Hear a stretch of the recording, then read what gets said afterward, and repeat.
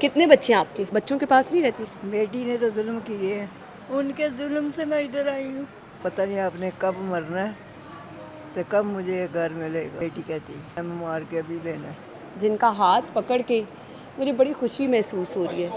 कितने बच्चे हैं आपके? एक तो बच्चों के पास नहीं रहती? हाँ, बेटी के पास नहीं रहती? बेटी ने तो जुल्म किए हैं। क्या किया? मैडम से पूछ लो। उनके जुल्म से मैं इधर आई हूँ। साथ नहीं रखा अपने? बेटी ने साथ नहीं रखा अपने? साथ क्या, घर मेरा था, मैं नहीं बनाया था। ये 1.5 साल की थी जब मैं इसके बाप से मेरी अलहदगी हुई और मैं इस महकमे की सुपरवाइज़र रिटायर हूँ, सोशल वेलफेयर की। और उसने मेरे साथ इतने जुल्म किए हैं कि ये घर मुझे पता नहीं आपने कब मरना है तो कब मुझे ये घर मिलेगा। बेटी ने ये कहा? बेटी कहती है पता नहीं मुझे कब मरोगी तुम। मैं कहा मेरे मरने के बाद आपका ही है। कहती है नहीं पता नहीं कब मरना, मैं मार के अभी लेना है। मेरे सर में जख्म, सिटी स्कैन हुआ, जख्म हुए हैं। मारती थी बेटी? मारती थी आपको? हाँ, बेटी मारती थी? कितनी देर से यहाँ रह रही है? 3 साल से कभी आती नहीं मिलने? आती है लड़ने उनके साथ, मैडम के साथ, उनके साथ लड़ने आई है। शादीशुदा है? हाँ, 3 बच्चे हैं, एक बेटा 2 बेटियाँ। उसके सारे बेटों के भी बच्चों के भी पैदाइश के पैसा मैंने लगाए हैं, हर काम मैंने किया है। बस वो लोगों के कहने पर आके जुल्म करने लगे, तुम अभी तो मकान। आपको रोते देख के उसके दिल को कुछ नहीं होता? हाँ, आपको रोते देख के उसके दिल को कुछ नहीं होता? मैं उसके सामने रोती ही नहीं, अकेली बैठ के रो लेती।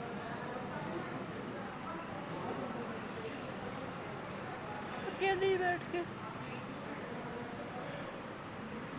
आँख खराब हो गई है। बचपन तो उसका याद आता होगा कि कैसे पाल पोस के उसको बड़ा किया। वो तो मैडम को याद आता ही है। जब खुश है वो अपनी ज़िंदगी में, शादीशुदा ज़िंदगी में खुश है? इसने अपना खामद भी मार लिया इस मकान की खातिर। उसने जहर दिया था उसको, लोगों ने कहा कि बेवा बन के तुम्हें ज़्यादा मिलेगा। उसने बहुत ज़ालिम है। औलाद भी क्या इतनी खतरनाक होती है? अपने बच्चों के साथ वो ठीक है? बच्चों के साथ भी वो डर के मारे बात ही नहीं करते बेचारे, उनके साथ भी सख्ती करती है, वो बात ही नहीं करते। अल्लाह ताला बस आपको सब्र दे। मैडम लुबना के साथ बोल के गई है, वो कहते थे तौबा तौबा तौबा तौबा तौबा। इतनी दुख भरी दास्तान शायद मैंने अपनी ज़िंदगी में नहीं सुनी। बेटी जिसने माँ को धक्के देके घर से बाहर निकाल दिया कि उसके मकान पे कब्ज़ा कर सके, अपने शौहर को जहर दे के मार दिया कि बेवा होकर मुझे हिस्सा मिल जाएगा।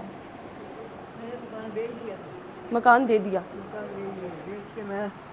मकान बेच के मैं सारे अल्लाह के राह मस्जिदों पे पैसे लगा दिए, दर्शन उसको नहीं दिए। इस माँ ने फिर क्या किया?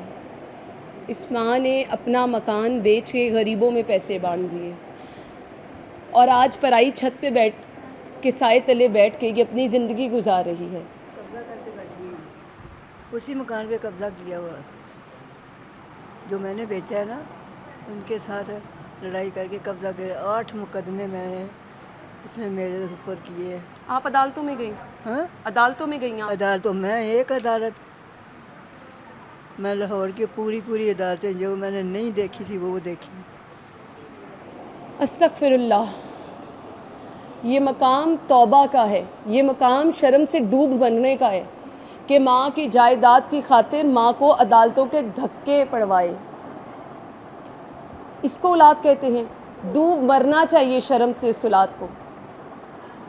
इस माँ ने पता नहीं उस बच्ची को जब पैदा किया होगा तो इसकी आंखों में क्या क्या ख्वाब होंगे कि मेरी बच्ची बड़ी होगी, मुझे पाले पोसेगी, कामयाब होगी, मेरा नाम रोशन करेगी।